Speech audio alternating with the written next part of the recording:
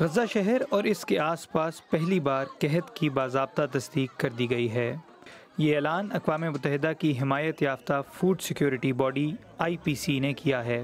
Report کے مطابق غزہ کی پٹی میں 5 لاکھ سے زائد افراد بھوک، غربت اور موت کے خطرے سے دوچار ہیں۔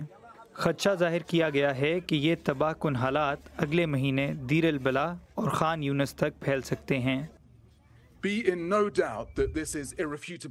یقین کیجیے یہ ناقابل تردید شہادت ہے۔ یہ قحط ہے، غزہ کا قحط، ایسا قحط جسے روکا جا سکتا تھا اگر ہمیں اجازت دی جاتی، لیکن خوراک کی گاڑیاں اور گودام سرحد پر جمع ہیں اور اندر داخل نہیں ہو سکتی کیونکہ اسرائیل کی جانب سے منظم رکاوٹیں کھڑی کی گئی ہیں۔ یہ قحط صرف چند سو میٹر کے فاصلے پر خوراک کے باوجود لوگوں کی جانیں لے رہا ہے۔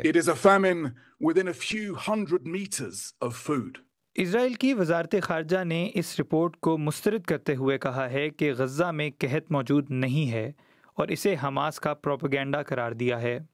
اقوام متحدہ کے سیکرٹری جنرل انطونیو گوتیرز نے اس بحران کو انسانی ہاتھوں سے پیدا کی گئی تباہی قرار دیا ہے اور غزہ تک انسانی امداد کی غیر مشروط رسائی کا مطالبہ کیا ہے۔ اسی دوران اسرائیلی وزیر اعظم بنیامن نتن یاہو نے اعلان کیا ہے کہ ان کی کابینہ نے غزہ شہر پر ایک نئے فوجی حملے کی منظوری دے دی ہے۔